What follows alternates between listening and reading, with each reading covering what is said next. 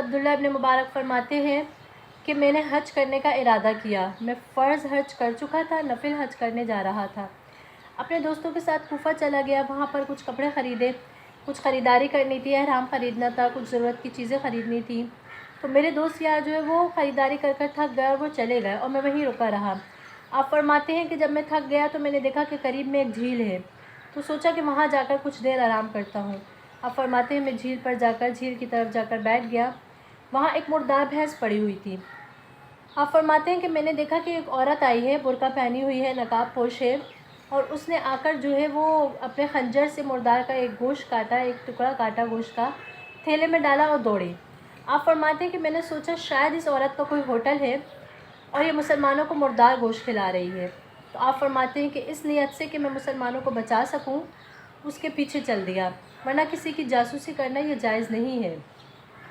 آپ فرماتے ہیں میں اس کے پیچھے پیچھے چلنے لگا۔ وہ کوفہ کی گلیوں میں جا رہی تھی، ایک گلی میں جا کر رکی، وہاں پر ایک بڑا سا لکڑی کا دروازہ تھا جس پر اس نے زور زور سے دستک دینا شروع کر دی۔ دروازہ کھلا تو اندر 3-4 بچیاں تھیں جو اس کو دیکھتے ہی پوچھنے لگیں کہ اماں ہمارے لیے کچھ لائی ہو؟ اس نے کہا کہ نہیں بیٹا، میں کچھ نہیں لا سکی، یہ مردار کا گوشت ہے۔ میرے نبی نے فرمایا ہے کہ جب تم جان جانے لگے تو مردار پکا کر کھا لینا۔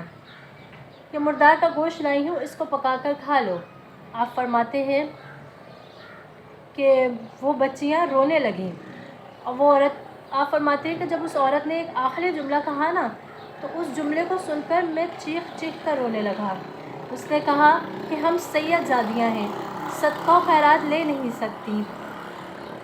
آپ فرماتے ہیں کہ اس نے کہا کہ آج اگر تمہارا باپ زندہ ہوتا تو ہمارے یہ دن نہیں آتے، ایک سید زادیاں اور پھر یتیم۔ آپ فرماتے ہیں میں نے یہ سن کر دروازے پر زور زور سے دستک دی۔ اس نے دروازہ کھولا، کہنے لگی کون؟ تو میں نے کہا کہ میں عبداللہ ابن مبارک ہوں، مقدس ہوں، ایک زمانہ مجھے جانتا ہے۔ وہ کہنے لگی کہ اچھا تم؟ تو آپ فرماتے ہیں میرے پاس جو 300 دینار تھے وہ میں نے اس کے پاس کیے اور میں نے کہا کہ یہ آپ لے لو۔ تو اس نے کہا کہ جاؤ اپنا کام کرو، ہم جانے اور ہمارا رب جانے۔ تو آپ فرماتے ہیں کہ میں نے کہا کہ میرے اوپر مہربانی کر، آپ حضور پاک کی نسل ہو، آپ ان کی اولاد ہو، میں ان کا خادم ہوں، آپ میرے اوپر مہربانی کریں، اس کو لے لیں۔ تو اس عورت نے وہ لے لیے۔ آپ فرماتے ہیں کہ میں اپنے وطن واپس لوٹ آیا۔ میرے دوستوں نے پوچھا کہ حج نہیں کرو گے؟ تو میں نے کہا کہ نہیں، اب میرا حج کا ارادہ نہیں ہے۔ انہوں نے کہا کہ جو تمہارے حج کے پیسے تھے، کیا کوئی اور مکان لینے کا ارادہ کر لیا ہے، کوئی اور انویسٹمنٹ کر لی ہے، جیسا کہ لوگ تانے دینا شروع کر دیتے ہیں؟ تو انہوں نے کہا کہ اپنے دوستوں سے بھائی جو تمہیں سوچنا ہے سوچ لو، یہ میرا اور میرے رب کا راز ہے۔ آپ فرماتے ہیں میں گھر لوٹ آیا، اپنے وطن لوٹ آیا۔ آپ فرماتے ہیں کہ 6 مہینے بعد قافلے لوٹنے لگے۔ میرے پیارے آقا صلی اللہ تعالیٰ علیہ وآلہ وسلم نے فرمایا کہ جو کوئی میرے امتی کی پریشانی دور کرے تو اللہ تبارک و تعالیٰ اس کو کامل حج کا ثواب عطا فرماتا ہے۔ آپ فرماتے ہیں 6 مہینے بعد قافلے لوٹنے لگے، میں ایک حاجی کے گھر پر گیا اس کو مبارکباد دینے کے لیے، تو اس نے مجھے دیکھ کر کہا کہ اتنے بڑے محدث ہو کر اس طرح کی غلط بات کرتے ہو۔ آپ فرماتے ہیں میں نے کیا کہا؟ وہ کہتے ہیں کہ ہم نے جب تم سے کہا تھا کہ ہمارے ساتھ حج پر چلو تو تم نے منع کر دیا، وہاں ہم عرفات میں آوازیں دیتے رہ گئے، تم نے نہیں سنا۔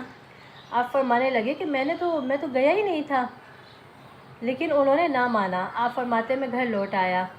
پھر حضرت عبداللہ ابن مبارک فرماتے ہیں 4 دن بعد پھر میں ایک حاجی کو مبارکباد دینے گیا، تو انہوں نے بھی یہی بات کہی کہ ہم تو آپ کی بڑی عزت کرتے ہیں اور آپ اس طرح کی بات کرتے ہیں کہ ہم وہاں آپ کو منی میں عرفات میں آوازیں دیتے رہے، آپ نے بات ہی نہیں سنی۔ ٹھیک ہے بندے کے پاس گاڑی آ جائے، وہ امیر ہو جائے یا بڑا ہو جائے، لیکن دوستوں کی بات تو سنیں۔ آپ فرماتے ہیں میں بڑا پریشان ہوا کیونکہ میں حج پر گیا ہی نہیں تھا۔ اس طرح آپ فرماتے ہیں کہ ایک دن ربیع بن اسلم، ایک بہت بڑے بزرگ، ایک بہت بڑے محدث تھے ہمارے زمانے کے، حضرت عبداللہ ابن مبارک فرماتے ہیں کہ ربیع بن اسلم ہمارے زمانے کے بہت بڑے محدث اور بزرگ شخصیت تھے۔ انہوں نے آ کر میرے دروازے پر دستک دی۔ جب میں نے دروازہ کھولا تو انہوں نے کہا کہ یار تم نے مجھے پریشان کر رکھا ہے۔ آپ فرمانے لگے میں نے ایسا کیا کہ میں نے آپ کو پریشان کر دیا؟ تو وہ کہنے لگے کہ جب تم روضہ رسول کے سامنے مجھے ملے تھے تو تم نے یہ اشرفیوں کی تھیلی مجھے پکڑائی تھی اور واپس لینے ہی نہیں آئے۔ اس کو پکڑو، میں سنبھال سنبھال کے تھک گیا ہوں۔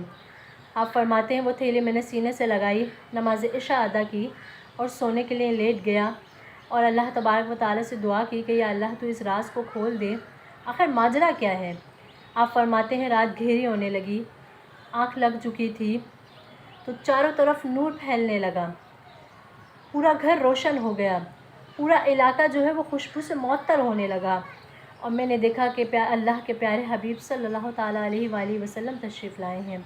میں انہیں دیکھ کر پھوٹ پھوٹ کر رونے لگا کہ آپ کچھ فرمانے لگیں، کہ حضور علیہ الصلاۃ والسلام بولے، لب کھولے اور آپ نے فرمایا کہ اے عبداللہ ابن مبارک بس کرو، میں اور کتنے گواہ بھیجوں یہ بتانے کے لیے کہ تمہارا حج قبول ہو چکا ہے، اور فرمایا کہ اس تھیلی کو کھول کر دیکھ لو، تم نے 300 دینار دیے تھے، میں نے 600 دینار واپس کر دیے ہیں۔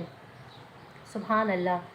تو آپ کو معلوم ہے، پھر وہی بات کہوں گی کہ میرے پیارے آقا صلی اللہ تعالیٰ علیہ وآلہ وسلم نے فرمایا کہ جو کوئی میرے امتی کی ایک پریشانی دور کرے، اللہ تبارک و تعالیٰ اس کو ایک کامل حج کا ثواب عطا فرماتا ہے۔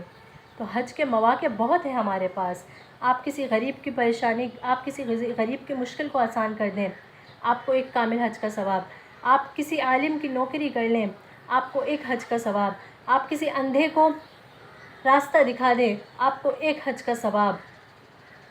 آپ کسی یتیم کے ہاتھ سر پر شفقت کا ہاتھ پھیر دیں، اس کی مدد کر دیں، آپ کو ایک حج کا ثواب۔ آپ ماں باپ کو شفقت کی، محبت کی نظر سے دیکھ لیں، آپ کو 100 حج کا ثواب۔ تو حج کے مواقع بہت ہیں، بس ہمیں حج کرنے کی کوشش کرنی چاہیے۔ تو اللہ تبارک و تعالیٰ سے دعا ہے کہ وہ ہمیں دین کے معاملات کو صحیح طور پر سمجھنے کی اور ان پر عمل کرنے کی توفیق عطا فرمائے۔ آمین۔